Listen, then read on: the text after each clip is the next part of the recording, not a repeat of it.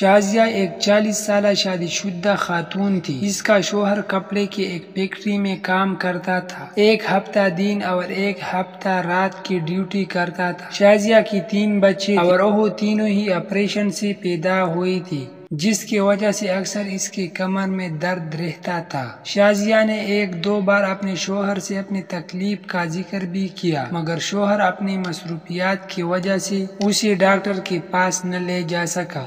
ایک شازیہ کی تکلیف میں اضافہ ہو گیا اور اس وقت اس کا خاوند کام پر تھا اور بچے بھی چھوٹے تھے اور گھر میں کوئی ایسا شخص موجود نہیں تھا جو شازیہ کو ہسپتال لے کر جاتا، لیکن درد کی شدت اس قدر زیادہ تھی کہ شازیہ برداشت نہ کر سکی اور اکیلی ہی ہسپتال کی طرف چل پڑی۔ ہسپتال پہنچ کر اس نے اپنا نمبر لکھوایا اور ویٹنگ روم میں باری کا انتظار کرنے لگی۔ تھوڑی دیر کے بعد اس کا نمبر آ گیا اور وہ ڈاکٹر کی کیبن میں چلی گئی۔ بدقسمتی سے اس وقت کوئی نرس بھی موجود نہ تھی۔ ڈاکٹر کی پوچھنے پر شازیہ نے بتایا کہ بچوں کی پیدائش کے بعد میری کمر میں درد رہنے لگا ہے، جس کی شدت اب مجھ سے برداشت نہیں ہوتی۔ شازیہ کی بات سن کر ڈاکٹر نے پاس پڑے بیڈ پر لیٹنے کا کہا۔ جب شازیہ بیڈ پر لیٹی تو ڈاکٹر نے چیک اپ کے بہانے اس کی کمر سے قمیص اٹھائی اور اس کی کمر کو اپنے ہاتھوں سے دبانے لگا۔ شازیہ یہی سمجھ رہی تھی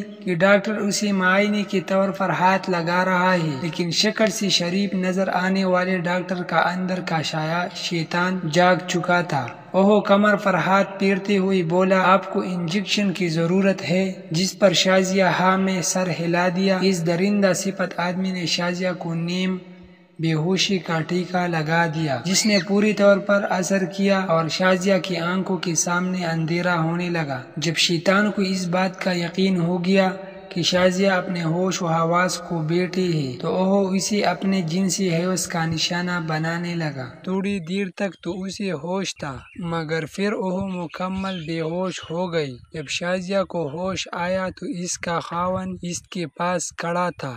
ہوش آتے ہی شازیہ نے اپنے خاوند کا ہاتھ پکڑا اور وہ کہنے لگا، شازیہ فکر کی کوئی بات نہیں، اللہ کا شکر ہے تمہاری جان بچ گئی۔ ڈاکٹر نے بتایا کہ تمہیں کوئی دماغی دورہ پڑا تھا، جس کی وجہ سے تم بے ہوش ہو گئی تھی۔ شازیہ کی آنکھوں میں آنسو تھی، مگر وہ اپنے شوہر کو کچھ نہ بتا سکی اور طبیعت ٹھیک ہونے پر اس کا خاوند اسے گھر لے آیا۔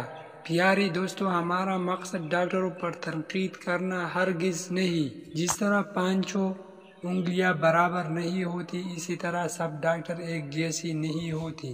اس طرح کی مزید ویڈیو دیکھنے کے لیے ہمارا چینل ضرور سبسکرائب کرو۔ والسلام۔